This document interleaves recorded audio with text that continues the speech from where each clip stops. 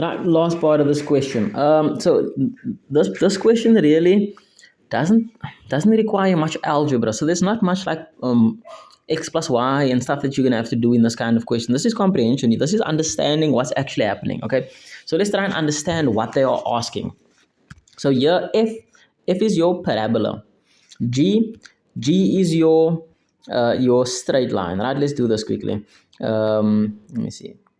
Our parabola we made, that thing was the yellowish orange color, whatever, and the parabola was, the straight line was the green. So this is what they're saying: parabola, which is the yellow, is bigger than straight line. So we're thinking of y values. Okay, so what we want to know, because we already know that the symbol can be replaced with y, so we're saying this y value is bigger than that y value. So we're going to look at our two graphs and we want to see where is parabola bigger. So on top, where is parabola on top of straight line? Okay, so I'm going to look vertically. So now I'm going to draw a line like this and I'm going to check. At that point, is parabola on top? Well, yeah, yellow is on top of green. So that one meets the requirement. Okay, so here it meets it. There, okay, it's still on top. There, still on top. Here, okay, there's a certain point where the straight line is now on top. Straight lines on top, straight lines on top, straight lines on top. There's a certain point where the parabola is on top again. Okay, so the question is, where are all of the places, when we talk about x values now, where are all of the places where parabola is on top of straight line? Okay, so let's see, what color can we put this in? I'm going to put this in like a purple. So if I look from here, parabola's on top, parabola's on top, parabola's on top, until there. Okay, and you see that arrowhead there? That tells me we got to negative infinity. So from negative infinity up until this point, the parabola is on top. Then the straight line's on top for a while. Then from this point, from that point onward there, parabola is on top again up until infinity because of my arrowheads. So I'm going to say, I'm going to put it over here. I'm going to say, let me maybe make some space.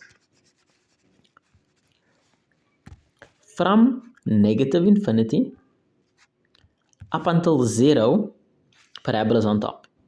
Then the parabola is on top again from this point. Now, what is that x value there again? I think it was 5. So it's on top again from 5 up until infinity.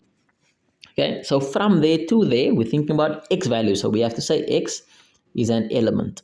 So we're going to say, okay, well, infinities are never included, so that's always around. So they want to know where it is strictly greater than, so not where it's equal to, because at that particular point right there, they're equal. So I want the 5 to be excluded because I don't want to know where it's equal. I want to know where it's bigger. Same on the other side. I don't want the 0. I want to exclude the 0. So this is the answer, as well as this. The union of both of those are the answers. So I'm going to put a symbol like that, which refers to union. So x is an element. This is the e of this, and, well, including this, all of those values. So that's my answer for 7.6. 7.5, 7.6.2 rather. F is your parabola. Parabola plus 5. That's what the question means. Parabola plus 5. So if you look algebraically, so I'm going to explain the question algebraically as well, but if you look algebraically, f is x minus 2 squared, right? That's a square, minus 9. That's f. So I'm looking at this f. Then f is added by 5, so plus 5. So what's the new equation then? If I say f plus 5, the new equation is x minus 2 squared minus 4. This is the new one. So what is my p value now? My q rather. What's q now? Q is minus 4. Q originally was minus 9, but now it's minus 4. What does q do? Q shifts the graph down. So this point over here is minus 9. If I draw it at minus 4, where's the graph going to be? It's going to be there. Are we okay with that? So minus 4 means instead of going down 9 times, we went down 4 times. So understand this. If you have a function plus a constant plus a certain number, the whole graph either goes up or down. So now f went 5 units up. The original f went 5 units up. So the question saying, if you move that graph 5 units up, where is it smaller than 0? Okay, so then all of these points. So this every single point, this point over here, A, instead of being, I think A was like -1 and 0, now it will be -1 and 5. So A is going to be up there somewhere at 5. Okay, same the other point. The other point was, what was it? 5 and 0. Now it's going to be 5 and 5. All of the points just go up. Okay, but anyway, so we want to know where that function is greater than 0. How do you know where the graph is bigger than 0?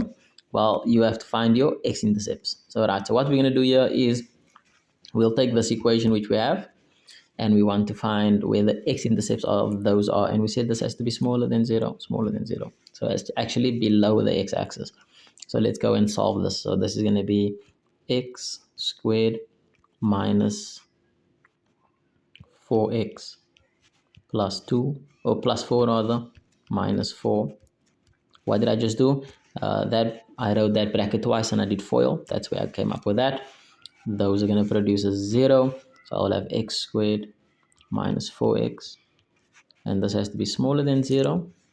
Okay, this is an inequality. I'm sure we dealt with this probably like in question 1 as well, a question similar to this. What now factorize? So x is the common factor. You divide everything with x. That's what you get.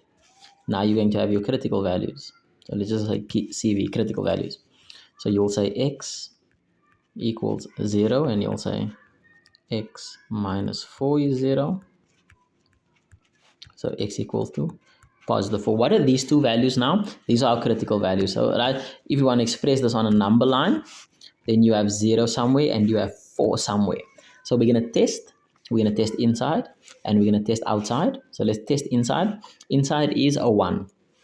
I'm going to put my 1 in over here and see if my left hand side, okay, maybe, oh, I can't put it in there, it's fine, or I'll put it in here. I think I'm going to go here and see if my left hand side is smaller than 0. So 1 squared is still 1, minus 4 times 1 is 4, 1 minus 4 is minus 3.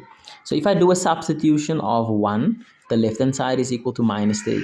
Now I ask, is minus 3 smaller than 0? Yes, it is. So inside works. So how are we going to express our answer?